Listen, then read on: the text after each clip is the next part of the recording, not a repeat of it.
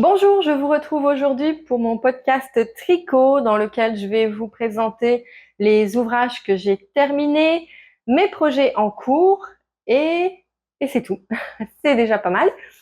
Donc vous êtes sur la chaîne de Mélanie Mes Projets Couture. Je m'appelle Mélanie et sur cette chaîne on parle couture mais également tricot et j'en fais de plus en plus ces derniers temps. Donc là j'ai 4 projets euh, 4 ouvrages que j'ai terminés et j'ai un projet en cours et j'en ai un qui est, en tout cas, il est commencé, il y a juste l'échantillon qui a été réalisé. Alors oui, je suis habillée comme dans mon bilan couture puisque je viens juste de tourner la vidéo et je me suis dit, allez, dans la lancée, on va faire le podcast tricot. Donc, si je commence avec le premier modèle, c'est un que je vous ai montré dans mon dernier podcast, il était presque terminé. Là, il est enfin terminé. Alors, on va attacher les boutons pour que ça tienne.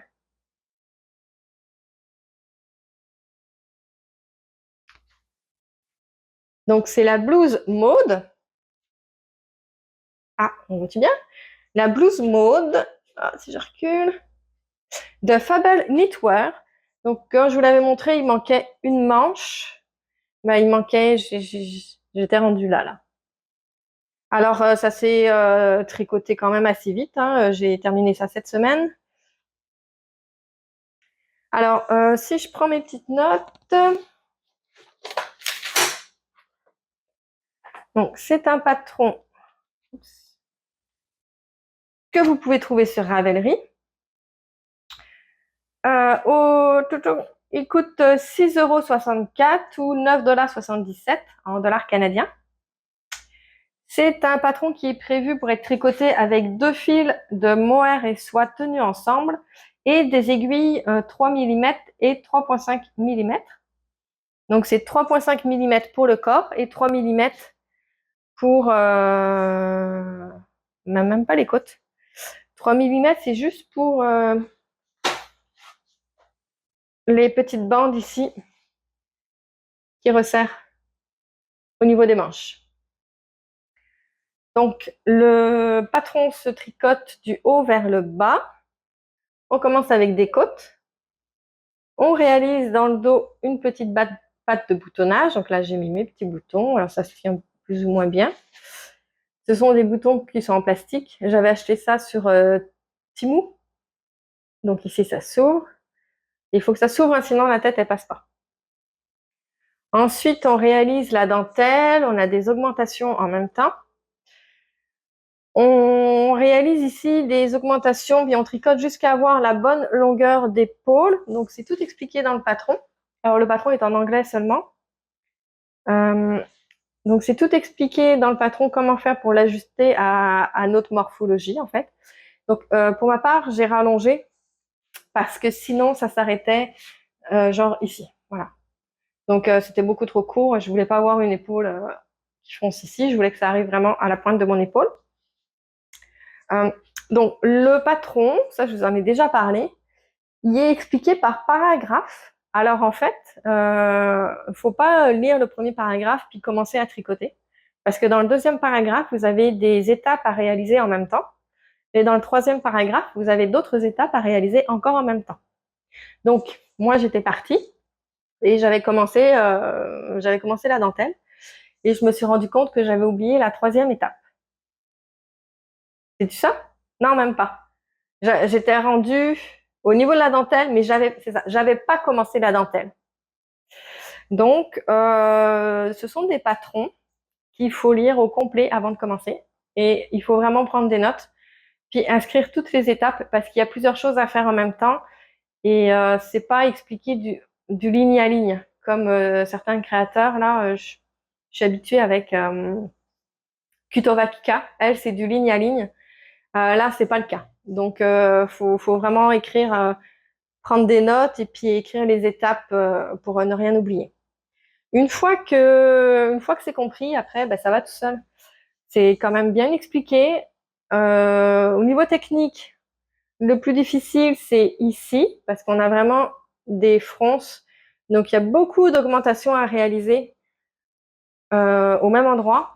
Et là, ben, c'est pas évident. L'autre point technique, euh, ben, c'est pareil, c'est ici en fait, on réduit, donc on fait des diminutions pour réaliser la petite bande ici en côte. Et il faut refaire après des augmentations, donc c'est une maille sur deux, il faut faire des augmentations. Donc là aussi, en fait, c'est pas évident. Si vous tricotez trop serré, c'est difficile d'aller chercher le brin pour rajouter une maille. Mais vraiment, c'était plus facile ici que là. Vraiment, le plus difficile, là, c'est l'épaule. Le petit foufou, là, ça, c'était un peu compliqué. Sinon, donc, il se tricote en rond. On arrête, on n'arrête pas, mais on vient reprendre, donc on laisse les mailles en attente. Ici, là, à la jonction, on laisse les mailles en attente de la manche. Et on vient reprendre ces mailles après pour terminer la manche. Donc, on retrouve la même dentelle ici. Et on termine avec des côtes 1-1 sur le bas. Donc, pour mes finitions, j'ai réalisé en bas un ourlet, pas un ourlet, un rabat à l'italienne, à l'aiguille. Pour garder une élasticité. Donc, ça reste un petit peu extensible. Par contre, aussi au niveau des manches, au niveau de la dentelle, on n'avait pas de côte. Donc, j'ai cherché un petit rabat pour faire une petite finition toute simple. Et j'ai trouvé je ne sais plus comment elle s'appelle, la joueuse de pelote, qui nous propose c'est un rabat ordinaire, mais pour qu'il soit moins serré, on ne lâche pas, donc on vient rabattre la maille, mais on la laisse sur notre aiguille pour aller tricoter la maille suivante. Enfin bref, je vous mets le lien dans la barre de description. Vous pouvez aller voir. Donc très contente de ce rabat puisqu'au final, ça resserre pas du tout mes mailles et ça fait une très jolie finition avec ma dentelle. Ça fait une petite tresse, c'est super joli. Vous voyez? Donc très satisfaite. Au niveau de la dentelle, c'est très facile à faire. C'est juste des tricotés de mailles ensemble, des jetés ou des glisser, tricoter. C'est les seuls points qu'il y a à faire. La grille se suit super bien. Donc, vous avez la grille pour la dentelle. Vous avez un diagramme. Et puis le reste, moi, c'est juste du jersey. Donc, c'est un petit haut quand même qui se tricote assez vite une fois qu'on a passé l'étape des manches. Ouais, c'est l'étape des manches qui est un peu plus compliquée. Après, ça se tricote assez vite. Et puis, je l'ai tricoté avec une laine non teinte. Hop, c'est du mohair et soie. 70% kid mohair, 30% soie. J'avais acheté 4 écheveaux de 50 grammes. Et pour 50 grammes, il y avait 429 mètres. Et il me reste ça. Donc, j'ai utilisé, je pense que je l'ai écrit, j'ai utilisé 174 grammes. Ouais. Et puis, comme je voulais qu'il soit couleur naturelle, eh ben, j'ai acheté de la non teinte. Comme ça coûte moins cher. Et puis bah, ça fait la job. Voilà. Alors, c'est la première fois que j'achetais du mohair et soie, donc j'en ai jamais acheté dans la laine industrielle ou même de la laine teinte par des teinturières indépendantes. Et puis, bah, je trouve que c'est pas si mal. Elle pique pas, elle gratte pas, mais elle est quand même douce. Donc, je suis quand même contente. Donc, c'en est tout pour ce petit top. Euh, Ouais, mon échantillon, je vous ai pas dit, j'ai tricoté la taille M. Et mon échantillon après le blocage, il correspondait à l'échantillon de proposé. Donc, c'était parfait. Je suis très, très contente de ce petit haut. Et ben, je vous ai fait, comme pour la couture, des petites vidéos portées. Donc, je vais vous la mettre tout de suite là.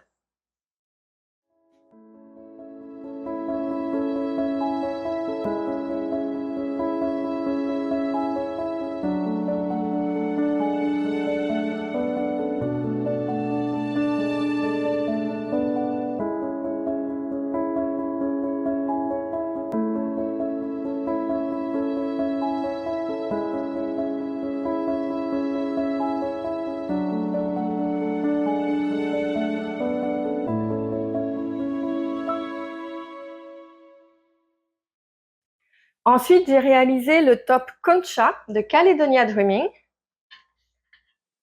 Alors, je vous le montre. Oups, comme ça. Donc, c'est ce petit top.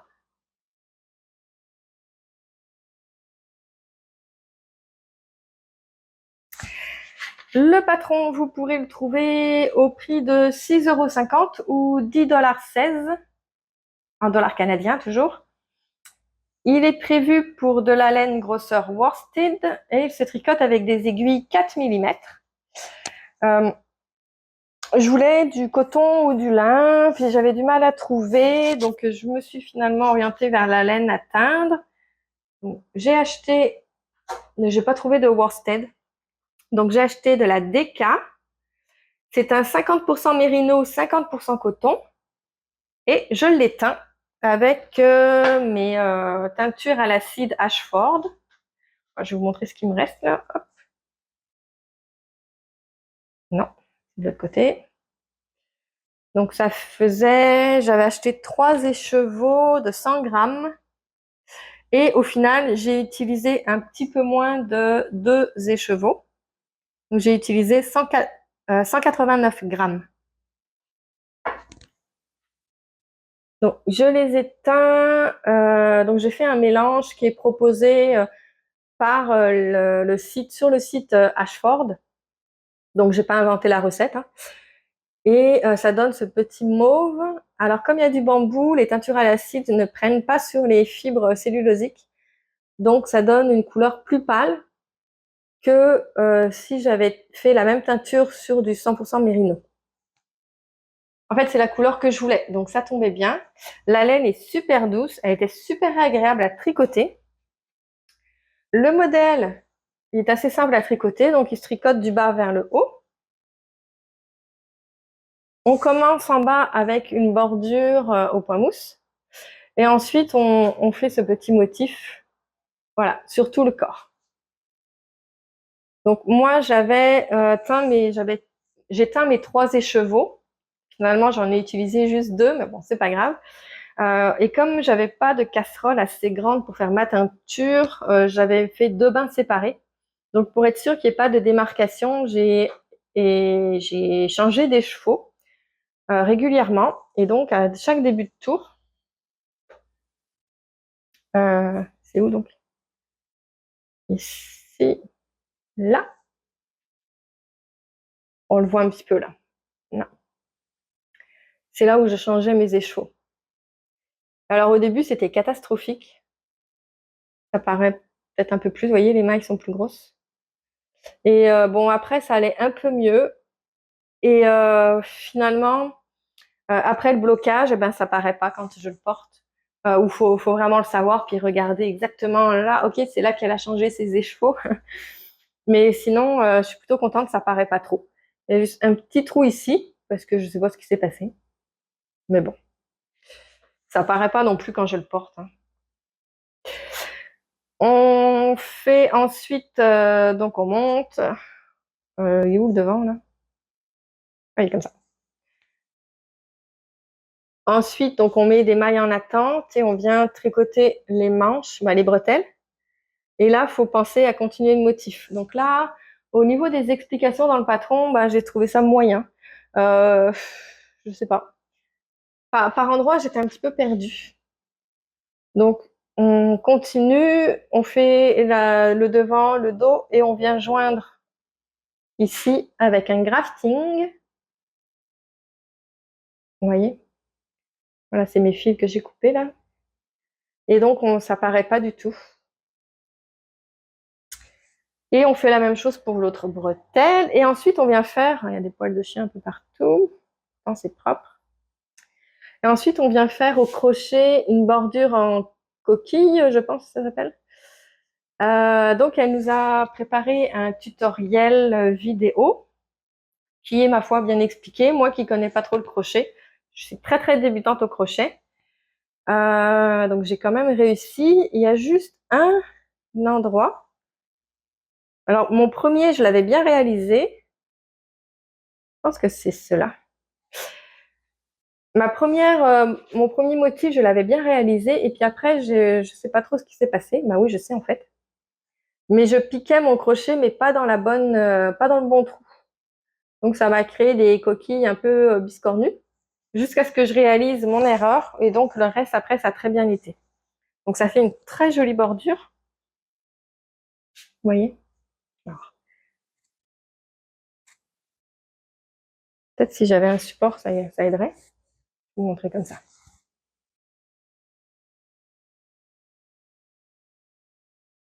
Et bah, pardon, très contente de ce petit top.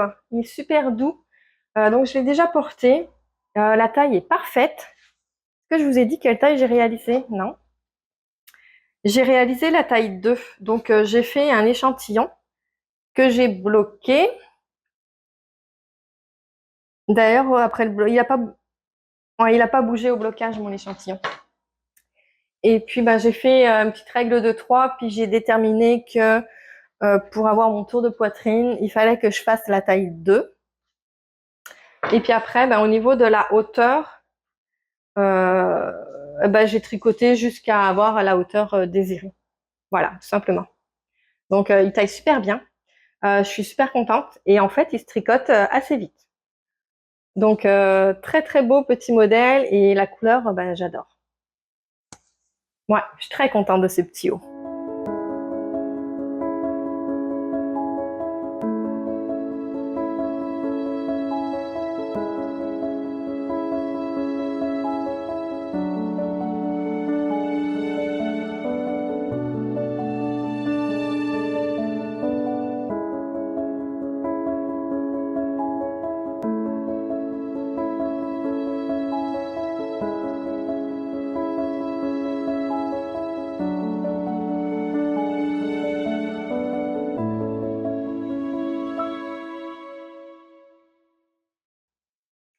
Après ça, pendant mes vacances, j'avais amené un petit peu de tricot et dans la voiture, en s'en allant sur l'île du Prince-Édouard, j'ai commencé à tricoter des petites soquettes. Alors, donc, il n'y a pas de patron, ce sont des chaussettes à la vanille. Donc, j'ai tricoté à ma sauce. J'ai tricoté des côtes 1-1. On dirait des côtes torse, mais je crois pas. Non. Donc, j'ai fait des côtes 1-1. Alors, j'ai fait un montage en côte alternée pour qu'il soit bien élastique. Quoi qu'à la cheville, c'est moins grave. Les côtes, ensuite, c'est du jersey à grandeur. J'ai fait un talon en rang raccourci, mais un petit peu modifié. Donc, j'ai pris les explications du modèle du bas Noël d'antan que j'avais réalisé à Noël. Et puis, je suis repartie sur du jersey et j'ai terminé avec les diminutions bien ordinaires et puis un grafting au bout, tout ce qu'il y a de plus simple. Voilà. J'ai tricoté donc 64 mailles qui correspond à ce que je tricote d'habitude avec des aiguilles. Et là, c'est là où je ne sais pas trop. Soit 2,25, soit 2,5 puisque j'ai des aiguilles interchangeables, des mini circulaires et je m'en suis pas rendu compte tout de suite, j'avais d'un côté une 2,5 et de l'autre côté une 2,25. Donc en général, je tricote 64 mailles avec des aiguilles 2,25. Et là, je pense que j'ai fait les deux avec la même taille d'aiguille, puisque vraiment, pour le même nombre de rangs, la longueur, vous voyez, les deux sont superposés là, mais on n'en voit qu'une. La longueur est exactement la même. Donc, par chance, j'ai tricoté les deux avec la même taille d'aiguille. J'ai utilisé la laine que j'ai teinte moi-même. C'est un mélange mérino et nylon. J'avais fait cette teinture pour faire les bas de Lisandre Ourdin, les chaussettes homard, et puis il m'en restait. Donc, j'ai utilisé mon reste jusqu'à ce qu'il n'en reste plus du tout. Et donc, j'ai terminé avec un petit bout blanc ici. C'est la Drops Nord. Parce que je n'avais plus de laine. Donc, j'ai repris quand même une petite ligne ici pour faire je pourrais rajouter des yeux, ça ferait un poisson. Ouais, j'ai mis une petite ligne comme ça juste pour pas faire une coupure trop soudaine. Et en fait, j'ai juste eu assez de fil pour rentrer mon fil à l'intérieur. Et c'est tout. Donc, je n'ai plus de cette pelote. Donc, je suis très contente. Ça me fait des jolies petites soquettes. Après ça, j'ai réalisé d'autres sockets. Donc ça, j'avais commencé en allant sur l'île du Prince-Édouard. Ensuite, j'en ai commencé une autre quand je suis arrivée à Sherbrooke.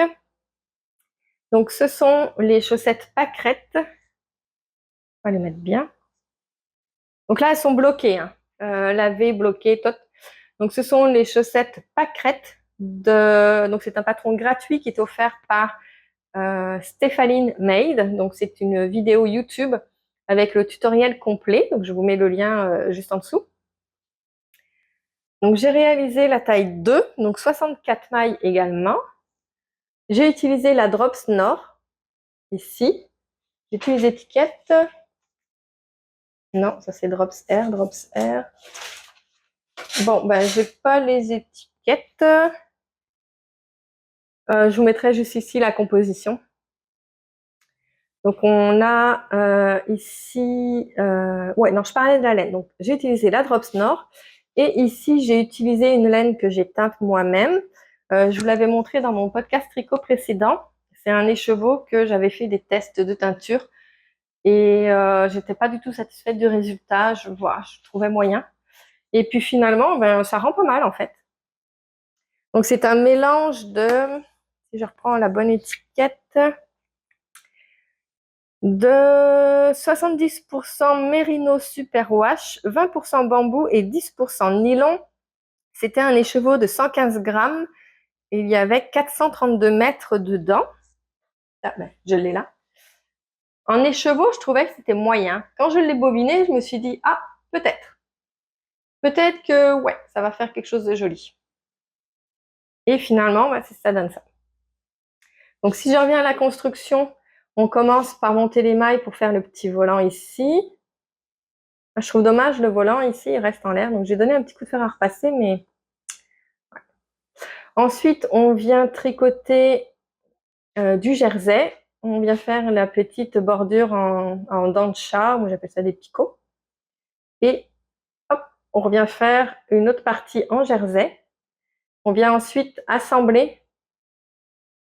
Donc on replie sur l'envers, on vient l'assembler ici. Donc on le tricote tout en une seule pièce. Et après, on part avec la tige. Et alors ma première soquette, j'avais commencé à tricoter, donc on a un petit motif de dentelle en plus. J'avais commencé à tricoter ma tige, mais je me suis rendu compte que j'étais à l'envers, en fait. Donc, je me serais retrouvée avec du jersey en vert, ici, ou bien, ça aurait été le contraire, puis je me serais retrouvée avec le volant à l'intérieur. Donc, c'était l'un ou l'autre. Donc, j'ai défait, j'ai récupéré mes mailles et j'ai reparti sur l'endroit. Donc, on a un petit motif de dentelle qui est simple à réaliser, là.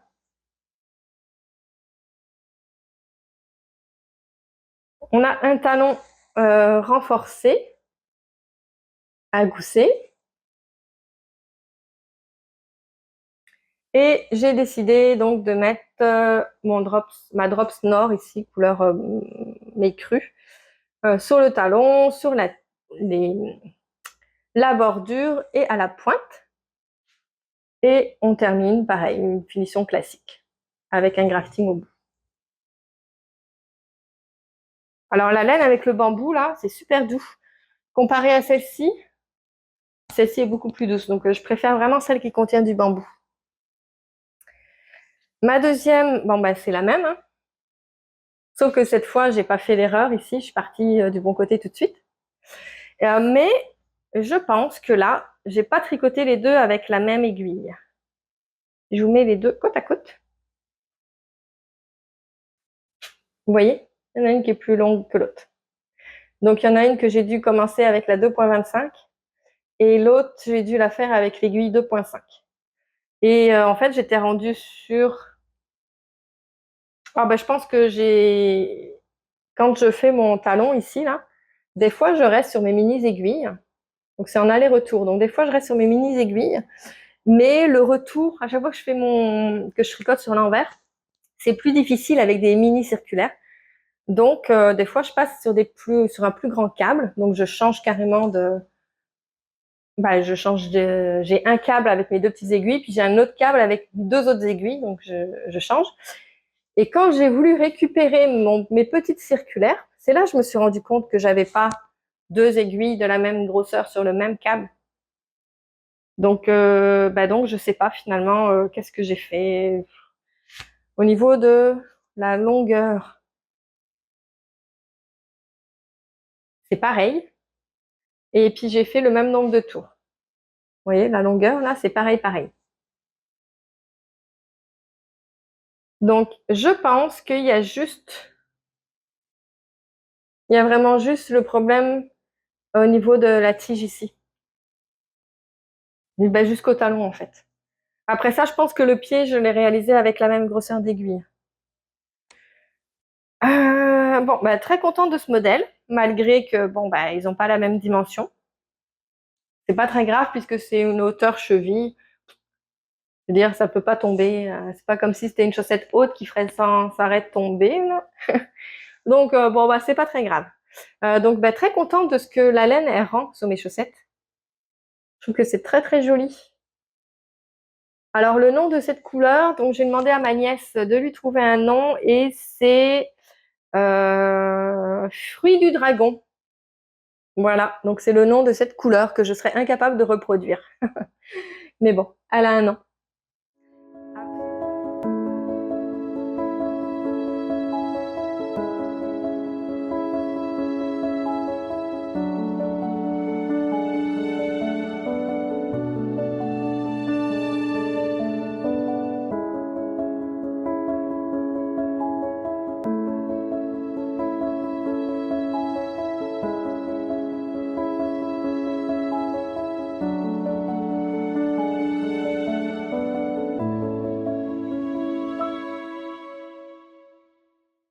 Après avoir réalisé ces chaussettes, j'ai entamé une nouvelle paire de chaussettes. Donc ça, c'en est tout pour mes projets terminés. Je vais vous montrer mon projet en cours.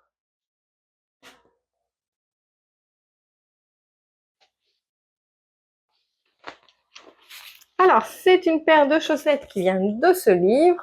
D'ailleurs, il faudrait que je vous fasse une revue de livre. Plus tard. Donc, c'est un livre écrit par Charlotte Stone.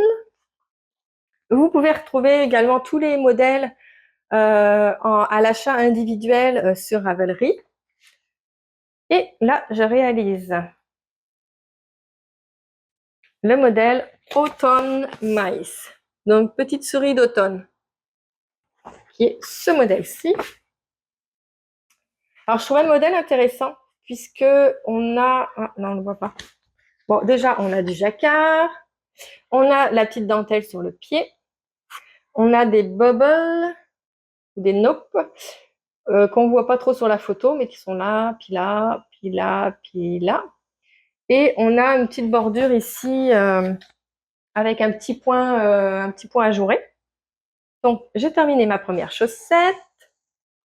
Que voici. Donc, comme c'est la première, je ne l'ai pas bloquée encore. Hein. Je vais terminer mes deux chaussettes avant de les bloquer. Pas mignon. Alors, j'ai réalisé cette chaussette en taille, donc c'est la taille 2, 64 mailles. Je la tricote avec j'ai pas mes étiquettes. Bon, je vais chercher l'étiquette. Alors, c'est la Cascade Yarn Héritage. La couleur, c'est Sage. C'est composé de 75% Merino Superwash et 25% nylon. Donc, c'est ce que j'avais acheté pour réaliser les chaussettes lavande du même livre. Donc, il m'en restait pas mal. Donc, j'ai utilisé ça pour faire le corps de la chaussette. Pour faire le contrastant, j'ai utilisé mon reste ici de de laine biscotte. C'est la couleur teal. C'est vrai que j'avais amené les étiquettes. C'est pas celle-là.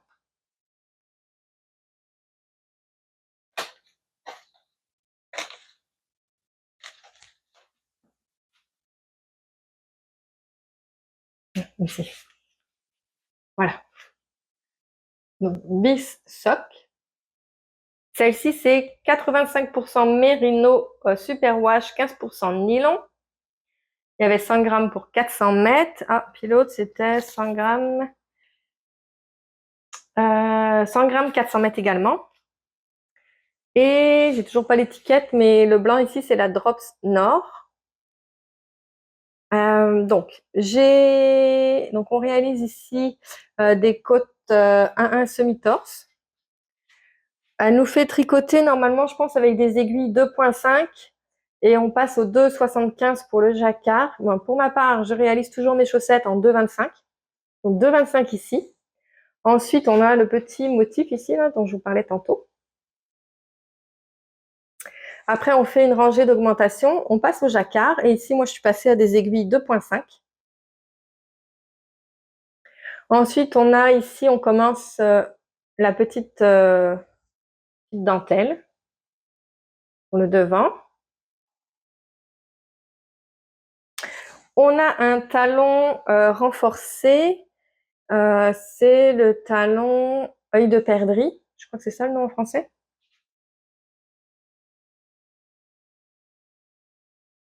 Ensuite, on a le gousset ici avec les diminutions.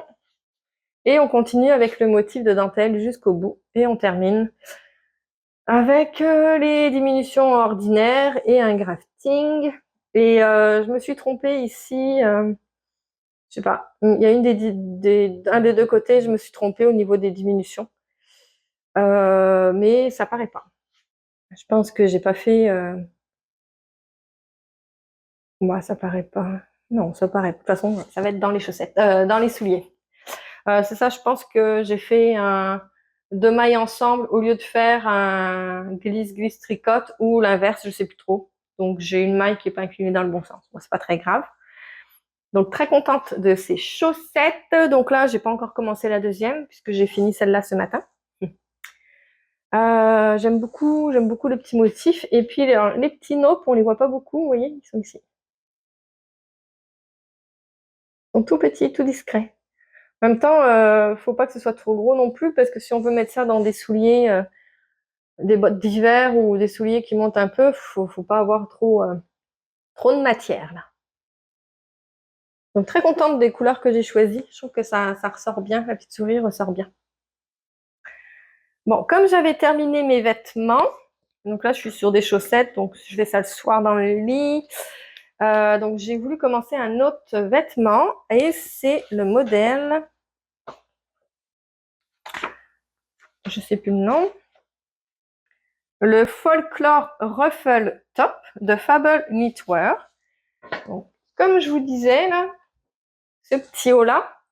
Bon, au début, il faut les explications. Bon, je trouvais ça pas top. Faut prendre son temps, faut bien tout lire. Mais une fois qu'on a compris le mécanisme, comment le créateur procède pour écrire son patron, après ça va bien. Donc j'ai acheté le deuxième patron, donc, qui est celui du Folklore Ruffle Top, et j'ai décidé. Donc normalement, il se tricote avec un fil de mohair et soie avec des aiguilles 4 mm. Le patron, vous pouvez le trouver sur Ravelry au coût de $10,42. Et j'ai décidé de le tricoter avec... Évidemment, j'ai pas d'étiquette non plus. Je vais aller chercher mon étiquette pour vous dire la composition exacte. Donc c'est un fil lace et je reviens avec l'étiquette. C'est 41% bébé alpaga, 13% mérino 18,5 microns, 10% yak et 35% soie. Ce sont des écheveaux de 50 grammes pour 399 mètres. Et la laine est super douce. J'ai payé combien les chevaux? $20 à peu près. Et la laine est super douce. Elle est, waouh, elle est vraiment douce. Donc, je me suis dit, ça pour un petit vêtement à même la peau, ça va être super doux, super agréable à porter. Donc, je me suis orientée vers le Folklore Ruffle Top. J'ai réalisé hier mes échantillons. Donc, mon premier, avec des aiguilles 4 mm comme préconisé. Mais bon, non, j'aime pas trop le rendu. Et en plus, ça s'est super détendu. Donc, j'ai pas du tout le bon échantillon. Donc, j'en ai refait un autre. Donc, ça, c'est l'échantillon bloqué. Donc, j'en ai refait un autre avec des aiguilles 3 mm. Là, j'aime plus. Parce que il se tricote.